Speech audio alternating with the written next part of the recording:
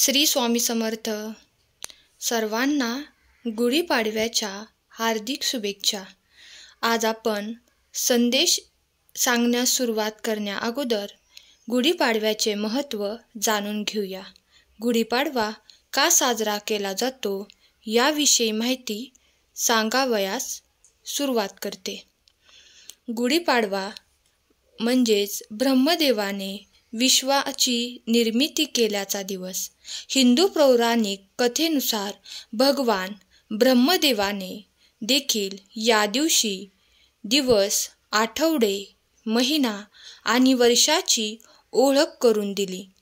भारतीय संस्कृतीत चैत्र शुद्ध प्रतिपदा हा दिवस महापर्व म्हणून साजरा करण्याची परंपरा आहे. महापर्वाच्या अर्थात नववर्षाच्या या पहिल्या दिवशी नवे संकल्प करून प्रगतीकडे वाटचाल सुरू करण्याचा हा दिवस आपण गुढीपाडवा म्हणून साजरा करतो. या दिवशी विजयाचे प्रतीक म्हणून घरच्या अंगणात गुढी उभारली जाते. त्यासोबत या तिथीला प्रभू रामांचा 14 वर्षाचा वनवास संपला होता. म्हणून गुढीपाडव्यापासून रामनवमीपर्यंत भारतात आनंदोत्सव साजरा करण्याची परंपरा आहे. आजची ही माहिती तुम्हाला आवडली असल्यास व्हिडिओला लाईक करा आणि कमेंट बॉक्समध्ये श्री स्वामी समर्थ लिहायला विसरू नका. चला तर मग आजचा स्वामी संदेश सांगण्यास सुरुवात करते. स्वामी म्हणतात, बाळा, काळजी करू नकोस. मी नेहमीच तुला आशीर्वाद देत आहे. तुझ्या प्रयत्नांना नक्कीच यश मिळेल. तू सदैव आनंदी राहा. जीवनात एक नवीन मार्ग भेटत आहे. मार्गदर्शनानुसार चालत राहा. स्वामी म्हणतात, काळानुसार बदलायला शिका, नाही तर वेळ बदला. परिस्थितीला दोष देऊ नका. कोणत्याही परिस्थितीत चालायला शिका. ज्याप्रमाणे वारा एका दिशेने वाहत नाही, ते वेळोवेळी बदलत राहते, त्याचप्रमाणे माणसाचे नशीब देखील वेळोवेळी बदलत असते. म्हणूनच वेळ वाईट असेल तर काळजी करू नका. फक्त योग्य वेळेची वाट पहा, कारण वेळ नक्कीच बदलेल. वाईट लोकांना समजावून सांगून सुधारले असते तर बासरी वाजवणारा श्रीकृष्णाने महाभारत कधीच घडू दिले नसते. वरील तो देव तुम्हाला जेवढी वाट पाहायला लावत आहे, परंतु जेव्हा वेळ येईल तेव्हा तो इतके देईल की ते तुम्ही सांभाळू शकणार नाही. तुमच्या जीवनावर कधीही नाराज होऊ नका, कारण तुमच्यासारखे आयुष्य जगण्याचे स्वप्न पाहणारे बरेच लोक आहेत. तुम्ही कोणत्याही यशस्वी व्यक्तीला विचाराल की तुम्ही यशस्वी होण्यामागे काय कारण आहे, तर ते सांगतील, भरपूर मेहनत आणि स्वतःवरील तसेच भगवंतावरील विश्वास. म्हणून ईश्वरावर विश्वास ठेवून आपले कार्य प्रामाणिकपणे करत राहा. तो तुमची साथ कधीच सोडणार नाही. केवळ पैशाने माणूस श्रीमंत होत नाही, तर खरे श्रीमंत तेच असतात ज्यांच्याकडे चांगले विचार, चांगले हेतू आणि गोड वागणूक असते. लोकांची तोंडे बंद ठेवण्यापेक्षा ते बरे आहे की आपले कान बंद करा. आयुष्य चांगले होईल. कोणीतरी सत्य सांगितले आहे, बोलण्यात, वाणीत खूप ताकद आहे. गोड बोलणाऱ्यांची मिरचीही विकली जाते आणि धारदार कटू बोलणाऱ्यांचं मधही विकलं जात नाही. दुसऱ्याला दुःख देऊन मिळवलेल्या आनंदाचे वय फारच लहान, कमी असतं.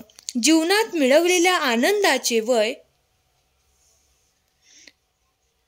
खूप जास्त असतं. विश्वातील महान लेखक आहे ईश्वर. त्याने प्रत्येकाचे भाग्य लिहिलं आहे.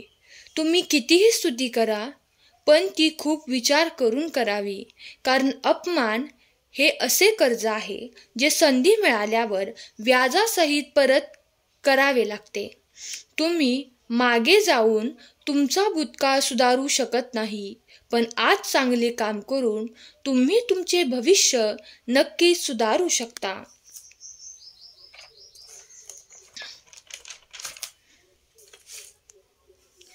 देव म्हणतो, मी नेहमी तुझ्या पाठीशी आहे. अरे बाळा, आलाच आहेस तर स्वामींसाठी संपूर्ण संदेश ऐकूनच जा. तुला काहीतरी खास गोष्ट सांगणार आहे. आजचा संदेश खूप खास असणार आहे. तुमच्या सर्व चांगल्या इच्छा स्वामी पूर्ण करोत, ही स्वामींच्या चरणी प्रार्थना. तुमचा प्रत्येक क्षण आनंदाचा असो, दुःखाला कुठेही जागा नसो. सगळं काही शक्य होणारच, फक्त विश्वास असावा. तुला बाळा चिंता करू नकोस, नेहमीच तुझी काळजी आहे मला. बाळा, अनेक घटना घडल्या तुझ्या आयुष्यात, खूप काही चांगलं घडणार आहे. भविष्यात कष्टाने झालेली सुरुवात, नवीन बदल होणार आहे. प्रत्येक गोष्टीला एक सुरुवात आणि एक शेवट असतो. घडणाऱ्या गोष्टी घडून जातात. बाळा, तू मनावर घेऊ नकोस.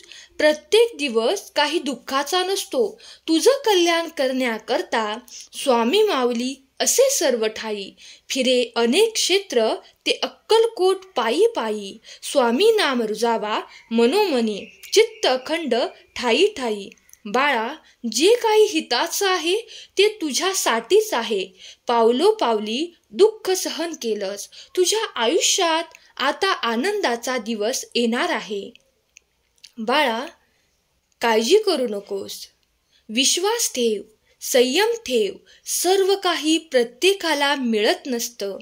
बाळा, तुमच्या आयुष्यातील सर्वात सुंदर गोष्ट तुमच्या अंतर्मनात असते, जी तुला दिसून येत नाही, पण स्वामी माऊलींना नेहमी दिसत असते.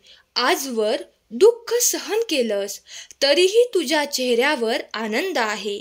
खूप समाधान वाटतं पाहून. बाळा, तुझ्या जीवनाचा मी एक भाग आहे.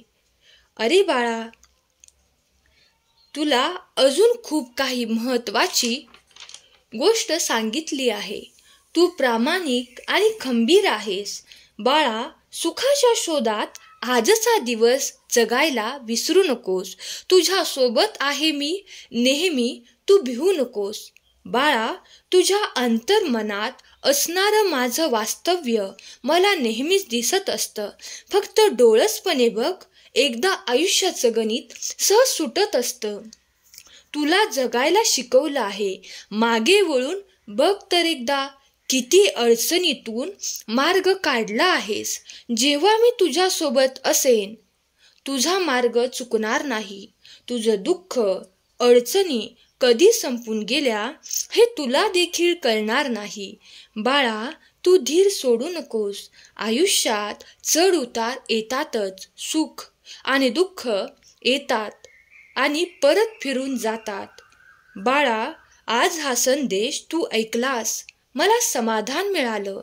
तुला आनंद वाटला, यातच सगळं आलं.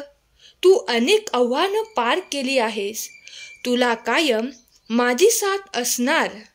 तुझ्या मार्गात चालताना सोबत कायम तुझ्यासोबत मी असणार. बाळा, वाईट वाटून घेऊ नकोस. जे सत्य आहे, तुझ्या हिताचं आहे, तेच मी तुला सांगत आहे. तुला कायम सुखी राहण्याचं वरदान देत आहे. जाता जाता बाळा एवढंच सांगेन, मी परत येईन. पण बाळा, नेहमी लक्षात ठेव, चांगल्या स्वभावाची ओळख ही अनंत असते, जी तुला एक दिवस परमेश्वरापर्यंत पोहोचवत असते. माझे शब्द आठवणीत ठेव. काळजी करू नकोस. फक्त तुझा मार्ग चालत राहा. तू जिंकलास तर तू खरा ठरशील स्वामी भक्त. श्री स्वामी समर्थ. धन्यवाद.